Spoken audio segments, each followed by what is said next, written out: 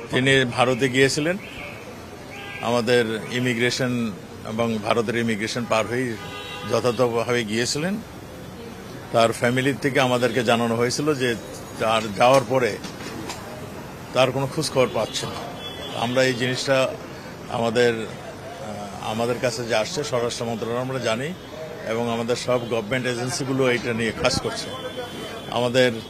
আমাদের এনএসআই, আমাদের এসবি, আমাদের পুলিশ সবাই কাজ করছেন। কলকাতার মানে ভারতীয় পুলিশের সঙ্গে ভারতের গোয়েন্দা সংস্থার সঙ্গে এটা কাজ হচ্ছে। আমরা আশা করি তার হোয়াইট হাউস আমরা ভারতীয় সরকারের মাধ্যমে খুব শীঘ্র আপডেট পাননি তো এই 2 দিনে। আমার কাছে এই এখন পর্যন্ত কোনো আপডেট নেই। এখন যতটুকু শুনতেছি তার যে মোবাইলটা মানে সেটাও অনেকটা বন্ধই আছে। আমাদের হলো সাবেক সেনাপ্রধান, তার একটা নিষেধাজ্ঞা এসেছে, এর আগে র্যাবের নিষেধাজ্ঞা ছিল আর কি, এটা নিয়ে কি বলবেন? এটা নিয়ে তো আমারও কোনো মন্তব্য নাই। কেন আসছে, কিভাবে আসছে সেটা তো আমি এখনো দেখি নাই। আমি শুধু শুনেছি আজকে একটা বিজ্ঞপ্তি আমি দেখেছি এক নজর।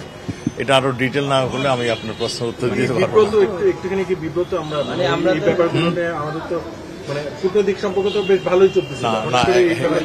একটা জিনিস আমি বলছি, আমাদের আমেরিকান সরকার কিন্তু অনেক দেশে অনেক পার্সোনাল লেভেলেও এই ধরনের নিষেধাজ্ঞা দিয়েছে, অনেক দেশে দিয়েছে। কাজেই এটা তাদের জন্য নতুন কিছু নয়। আমাদের যাকে দিয়েছেন এটা আমাদের কাছে এখনো সঠিকভাবে আমাদের কাছে আসে নাই। আমরা আসলে সেটা বুঝতে পারবো কেন দিয়েছেন।